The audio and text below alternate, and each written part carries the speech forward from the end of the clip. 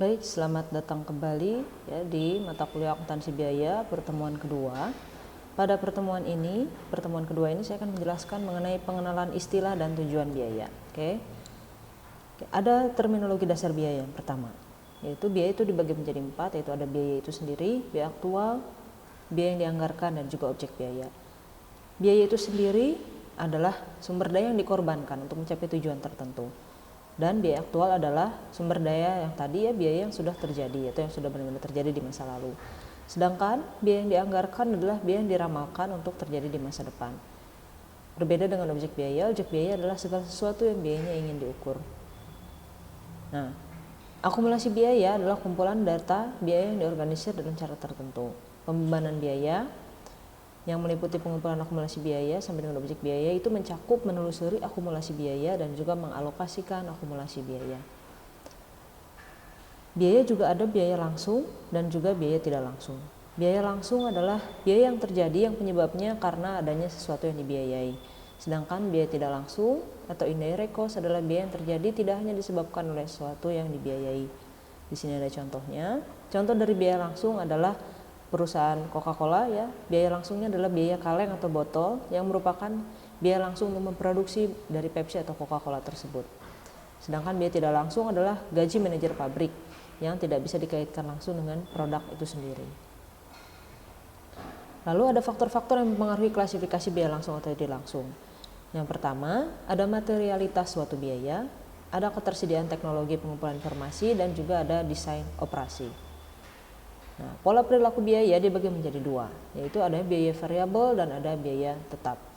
Biaya variabel secara total akan berubah seiring dengan peningkatan tingkat aktivitas atau volume kegiatan. Berbeda dengan biaya tetap tidak akan berubah sekalipun ada perubahan aktivitas maupun volume yang terkait. Nah, ini ada contohnya.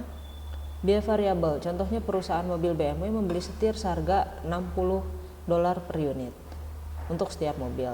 Maka jika perusahaan tersebut memproduksi hanya satu mobil, biaya variabelnya $60.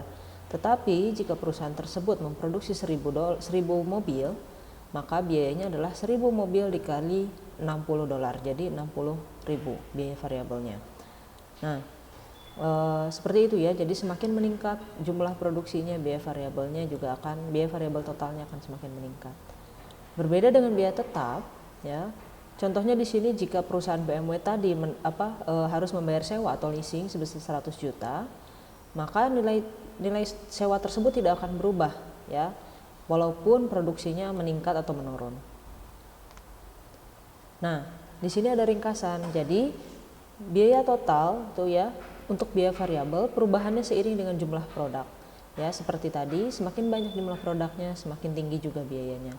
Tetapi biaya variabel per unit ya tidak akan berubah karena tetap sama. Namun untuk biaya tetap, biaya totalnya tidak akan berubah, namun biaya per unitnya akan berubah. Semakin banyak produksi, maka akan lebih rendah juga biaya per unitnya. Oke, konsep-konsep lain tentang biaya. Ada yang namanya cost driver atau pemicu biaya.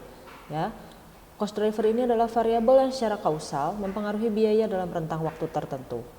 Rentang yang relevan itu rentang tingkat aktivitas atau volume normal, di mana ada hubungan khusus antara tingkat aktivitas dengan biaya tertentu. Contohnya, biaya tetap hanya akan tetap dalam rentang waktu yang relevan atau rentang waktu tertentu, tidak akan tetap selamanya. Nah, ada biaya per unit ya, di sini ada contohnya. Contohnya perusahaan menanggung biaya produksi 40 juta ya untuk memproduksi 500.000 speaker. Maka biaya per unitnya adalah 40 juta dibagi 500.000, yaitu Rp80 per unit. Baik, itu penjelasan untuk materi kedua mengenai biaya. Terima kasih, sampai bertemu di pertemuan selanjutnya.